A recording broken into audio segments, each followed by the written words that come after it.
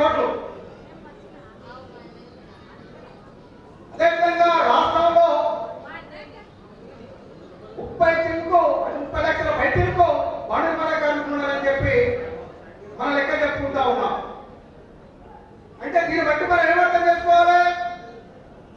భారతదేశంలో 35 కోట్ల మంది మనం ఉన్నాం నిర్మాణ రంగంలో, రాష్ట్రంలో 30 లక్షల మంది మనం ఉన్నాం. కానీ ప్రభుత్వం ఏం చెప్తా ఉంది? మన విషయంలో ఎట్లా వ్యవహరిస్తా ఉంది? ఇంతకుముందు మన అన్న వాళ్ళు మాట్లాడారు. మనమందరం కూడా కార్మికులుగా మనం పనిచేస్తున్నప్పుడు ఒక సంఘంగా నిర్మాణమయ్యి ఆ సంఘం ఆధీనంలో మనం పోరాటం చేస్తే మన పోరాటాల ద్వారా మన హక్కులను సాధించుకోవడానికి ఉపయోగపడుతుంది. నేను ఎందుకు ఈ మాట చెప్తా ఉన్నామంటే, మనం భారతదేశానికి స్వాతంత్రం రాకతోనిగా 1926లో మన సంఘం పెట్టుకునే చట్టం వచ్చింది. అంటే అప్పుడు మన భారతదేశాన్ని బ్రిటిష్ పరిపాలన చేస్తా ఉన్నాడు. ఆ కాలంలో వచ్చిన చట్టాన్ని ఈ రోజు మన ప్రభుత్వాలు లేదా మన పాలకులు ఈ రోజు మొదలు కూడా దాన్ని సవరణ చేసి 100 మంది ఉంటే సంఘం పెట్టుకోవాలి, లేకపోతే లేదని. ఆ రోజు 7 మంది ఉంటే సంఘం పెట్టుకునే అవకాశం లేదు. ఈ రోజు 100 మంది ఉంటే సంఘం పెట్టుకోవాలని చెప్పి చట్టం రూపొందించారు. అట్లాగనే 44 చట్టాలను మొత్తం కూడా ఈ రోజు మొత్తం కూడా సవరణ చేసింది గవర్నమెంట్, కేంద్ర ప్రభుత్వం, మోడీ గవర్నమెంట్.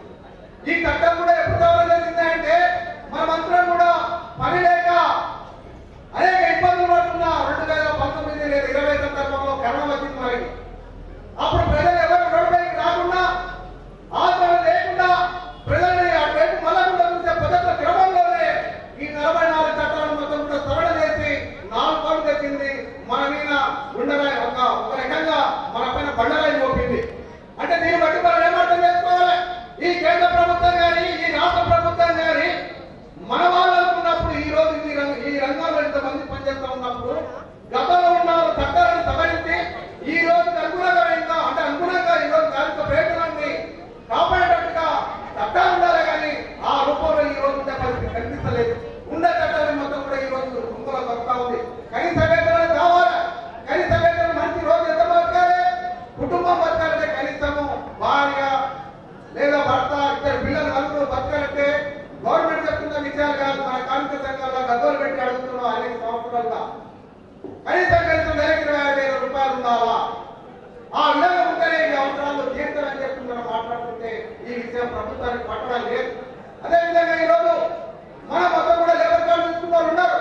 చాలా మందికి రెన్యువల్ రావడం లేదు, లేదా వాళ్ళకు కేసు కట్టే డబ్బులు రావడం లేదు. ఇట్లా అనేక విషయాలు కూడా మనకు అర్థమవుతాయి. ఈరోజు వేలాడుతున్న విషయాలు ఉన్నాయి. కాబట్టి మనము సంఘటితంగా గ్రామాల ప్రాంతాలు ఉండే ఒక్కొక్క గ్రామంలో నేను అనుకుంటున్నా, నేను ఒక 10 గ్రామాలు తిరిగినా ఆ 10 గ్రామాల్లో ఎక్కడ పోయినా 200 నుంచి 300 మంది ఉంటాం. అక్కడ కూడా సంఘాలు ఉంటాయి. ఆ సంఘ నిర్మాణం ఉంటుంది.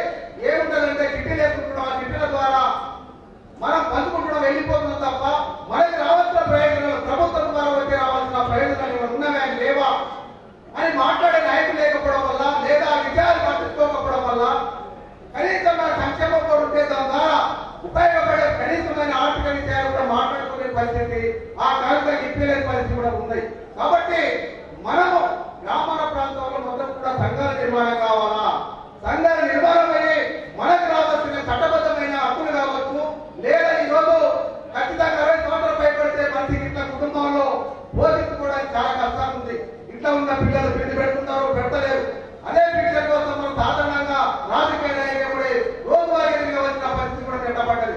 కాబట్టి మనం హక్కుగా మన డబ్బులు ఉన్నాయి. గవర్నమెంట్ అక్కడ కేంద్ర ప్రభుత్వం మోడీ ఇవ్వలేదు, ఇక్కడ రేవంత్ రెడ్డి పోయినా కేసీఆర్ ఇవ్వలేదు. కానీ దీనికి అడ్డపడుతూ ఉన్నారు. బిల్డింగ్ కడతా ఉన్నారు, కోట్ల రూపాయల ప్రాజెక్టులు కడతా ఉన్నారు, రోడ్లు వేస్తా ఉన్నారు. 1% సెస్ వస్తుంది, 1,000 కోట్ల రూపాయలు మీ సంక్షేమ బోర్డు పుట్టుతా ఉన్నాయి. కాబట్టి మన పోరాటం చెప్పలేదు లేదు, బాధిత సంఖ్యని చెప్పి ఒక మహా మేధావి కథంలో చెప్పిన విషయాలు మనం గుర్తు చేసుకుని మీ మహాసభల ద్వారా మీరందరూ కూడా గంగరబద్దులయ్యి వచ్చే మహాసభల నాటికి మన గ్రామంలో సంఘాలు ఎత్తుకోవాలా, మన హక్కుల కోసం మనము అనేక చట్టాలు నేర్చుకోవాలా. ఈ రాష్ట్ర కేంద్ర ప్రభుత్వ విధానాన్ని తిప్పికొట్టడానికి మనమందరం కూడా కంకరబద్దులు కావాల్సిన అవసరం ఉంది. అట్లనే భవిష్యత్తులో మన టీసీ భవన నిర్మాణ కార్మిక సంఘం ఏదైనా పిలుపునిస్తే దాన్ని కూడా మనం అందుకోవాల్సిన అవసరం ఉంది. ఎందుకంటే ఈ రోజు రూపాయి మనకు పెరిగితే 3 రూపాయల రేటు పెరుగుతా ఉన్నాయి. ఈ సంవత్సరం తరుగులు, పప్పు, ఉప్పు రేట్లు ఈ విధంగా పెరుగుతున్నాయి. 50 మేసి 1000 రూపాయలు ఉంటే మేసి 1000 రూపాయలు మంది ఈ మధ్యకాలంలో యజమానులు కలిసారు, కొంతమంది అక్కడక్కడ మేస్త్రీలు ఇష్టం మేట్లు అడుగుతున్నారే, ఇంట్లో చాలా అడుగుతున్నారు. ఒకరోజు చేస్తారు, 3 రోజులు ఇంట్లో ఉన్నారని చెప్పి మాట్లాడుతూ ఉంటారు. లేదంటే ఈ రోజు మన లేకుంటే ట్యాప్ ఉందా, ఫ్యాక్టరీ ఉందా, ప్రభుత్వం ఉందా, ఇంకేమైనా ఉందా? ఈ రోజు మన దగ్గర పని చేయకపోతే సీకు తయారు చేసే ఫ్యాక్టరీ అయిపోతుంది, సిమెంట్ తయారు చేసే ఫ్యాక్టరీ అయిపోతుంది. మనం తయారు చేసే ప్రాజెక్టులు నీళ్లు రావు.